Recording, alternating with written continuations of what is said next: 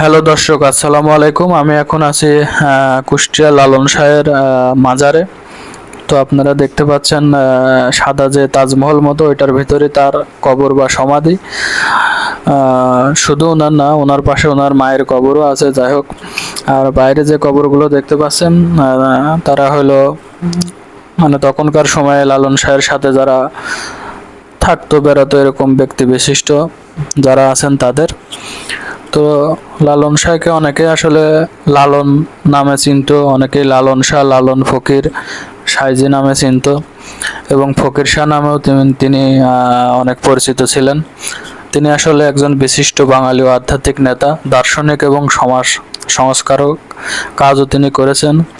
আসলে আমি গুগল উইকিপিডিয়াতে যেটা পেয়েছি গুগলে, উনি জন্মগ্রহণ করেন ঝিনাইদহ, কিন্তু তার বিশ্রামের স্থান হলো এই কুষ্টিয়া বা কুমারখালীর লালন শাহের যে মাজার। এখানে আমি এখন যেখানে আছি আপনাদেরকে ভিডিও করে দেখাচ্ছি। তিনি 14 অক্টোবর 1772 সালে জন্মগ্রহণ করেন এবং 17 অক্টোবর 1890 সালে মৃত্যুবরণ করেন। তিনি একই মাসে জন্মগ্রহণ করেন এবং ওই একই মাসে মৃত্যুবরণ করেন, 14 অক্টোবর এবং 17 অক্টোবর। তো তার জন্মদিবস এবং মৃত্যু দিবসের মাঝখানে যে 3 দিন, এই 3 দিন এখানে অনেক বড় মেলা লাগে, এবং এই মেলায় দেশ এবং দেশের বাইরে থেকেও বিভিন্ন জায়গা থেকে বিশিষ্ট ব্যক্তিবর্গ এখানে আসে মেলা দেখতে আসে, এখানে থাকে, সময় কাটায়। তো আপনারা দেখতে পাচ্ছেন এখানে তার একজন ভক্ত, আমি দেখতে পাচ্ছি যে তাকে হয়তো বা সম্মান দেখাচ্ছেন। তো আমি মাঝে মাঝে এখানে আসি ঘুরতে। তো অনেকেই দেখি আর কি, আসলে কারো প্রতি কারোর ভালোবাসা থাকলে তার সেই জায়গা ছুটে আসে, মনের ভিতরে এক ধরনের ভালোবাসা বা মায়া, যার কারণে এখানে তারা আসে।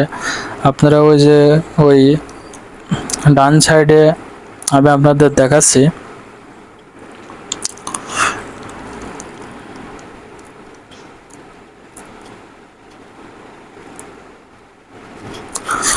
এই যে ডান সাইডে আপনারা যেটা বিল্ডিংটা দেখতে পাচ্ছেন, এটা হলো একাডেমিক ভবন বা লালন মিউজিয়াম। এখানে মানে লালন ব্যবহার করতো যেসব জিনিসপত্র, সেগুলো সংরক্ষণ করা আছে। তো এখানে 10 টাকা মনে হয় টিকিট কেটে, 10 টাকা অথবা 50 টাকা, যাই হোক টিকিট লাগে, বেশি না। টিকিট কেটে ওখানে ভেতরে ঢুকে সব কিছু দেখতে পারবেন। আর আমি এখান থেকে দেখতে পাচ্ছি ওখানে অনেক লোকজন অলরেডি আসছে, ওখানে মনে হয় গান বাজনা করছে, তারা বিভিন্ন সময় বিভিন্ন জায়গা থেকে আসে।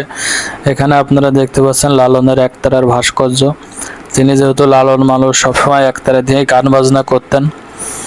এবং আপনাদের আরেকটা ভাস্কর্য দেখাচ্ছি, এটা হলো তার নিজের ভাস্কর্য। তো দর্শক, আপনারা সবাই ভালো থাকবেন, ভিডিওটি ভালো লাগলে শেয়ার করে দিবেন যেন অন্য কেউ দেখতে পারে। আবার নতুন কোনো ভিডিও আপনাদের সাথে দেখা হবে। আল্লাহ হাফেজ।